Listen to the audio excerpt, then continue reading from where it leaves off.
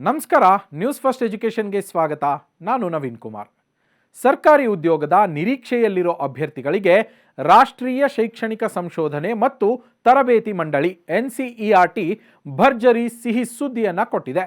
ವಿವಿಧ ವಿಭಾಗಗಳ ಅಡಿಯಲ್ಲಿ ಖಾಲಿ ಇರುವ ಬೋಧಕೇತರ ಅಂದರೆ ನಾನ್ ಟೀಚಿಂಗ್ ಹುದ್ದೆಗಳ ಭರ್ತಿಗೆ ಅಧಿಕೃತ ಅಧಿಸೂಚನೆಯನ್ನು ಬಿಡುಗಡೆ ಮಾಡಲಾಗಿದ್ದು, ಇವತ್ತಿನಿಂದ ಅಂದರೆ ಡಿಸೆಂಬರ್ 27ರಿಂದಲೇ ಅರ್ಜಿ ಸಲ್ಲಿಕೆ ಪ್ರಕ್ರಿಯೆ ಆರಂಭ ಕೂಡ ಆಗಿದೆ.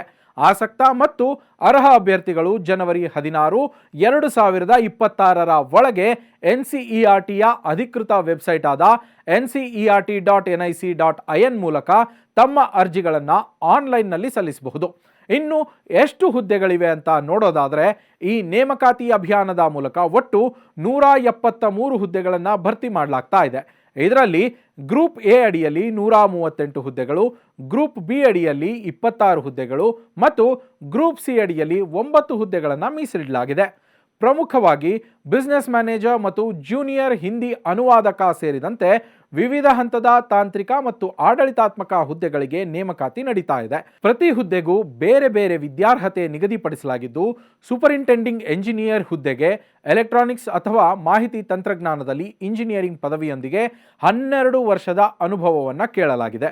ಹಾಗೆಯೇ ಜೂನಿಯರ್ ಹಿಂದಿ ಅನುವಾದಕ ಹುದ್ದೆಗೆ ಹಿಂದಿಯಲ್ಲಿ ಸ್ನಾತಕೋತ್ತರ ಪದವಿ ಪಡೆದವರು ಅರ್ಜಿಯನ್ನ ಸಲ್ಲಿಸಬಹುದು.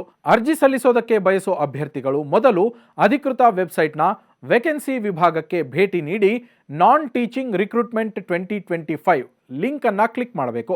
ಅಲ್ಲಿ ಅಗತ್ಯವಿರುವ ವೈಯಕ್ತಿಕ ಮಾಹಿತಿ ಹಾಗೆ ಶೈಕ್ಷಣಿಕ ದಾಖಲೆಗಳನ್ನು ಅಪ್ಲೋಡ್ ಮಾಡಿ ನಿಗದಿತ ಅರ್ಜಿ ಶುಲ್ಕ ಪಾವತಿಸುವ ಮೂಲಕ ಪ್ರಕ್ರಿಯೆಯನ್ನು ಪೂರ್ಣಗೊಳಿಸಬಹುದು.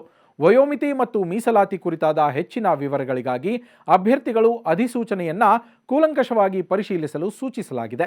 ಕೊನೆಯ ಕ್ಷಣದ ತಾಂತ್ರಿಕ ಸಮಸ್ಯೆಗಳನ್ನು ತಪ್ಪಿಸೋದಕ್ಕೆ ಅಭ್ಯರ್ಥಿಗಳು ಅವಧಿಗೂ ಮುನ್ನವೇ ಅರ್ಜಿಯನ್ನು ಸಲ್ಲಿಸೋದು ಸೂಕ್ತ. ಆಯ್ಕೆ ಪ್ರಕ್ರಿಯೆ ಅತ್ಯಂತ ವ್ಯವಸ್ಥಿತವಾಗಿ ನಡೆಯಲಿದ್ದು, ಅಭ್ಯರ್ಥಿಗಳ ಅರ್ಹತೆಗೆ ಅನುಗುಣವಾಗಿ ಲಿಖಿತ ಪರೀಕ್ಷೆ ಅಥವಾ ರಿಟರ್ನ್ ಟೆಸ್ಟ್ ಮತ್ತು ಕೌಶಲ್ಯ ಪರೀಕ್ಷೆಗಳು ಅಂದರೆ ಸ್ಕಿಲ್ ಟೆಸ್ಟನ್ನು ನಡೆಸಲಾಗುತ್ತೆ.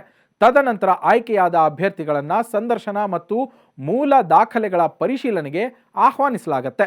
ರಾಷ್ಟ್ರಮಟ್ಟದ ಪ್ರತಿಷ್ಠಿತ ಸಂಸ್ಥೆಯಲ್ಲಿ ಕೆಲಸ ಮಾಡುವ ಬಯಕೆ ಉಳ್ಳವರಿಗೆ ಇದೊಂದು ಸುವರ್ಣಾವಕಾಶವಾಗಿದ್ದು, ದೆಹಲಿ ಸೇರಿದಂತೆ ದೇಶದ ವಿವಿಧೆಡೆ ಇರುವ NCERT ಕೇಂದ್ರಗಳಲ್ಲಿ ಈ ನೇಮಕಾತಿ ನಡೆಯೋ ಸಾಧ್ಯತೆ ಇದೆ.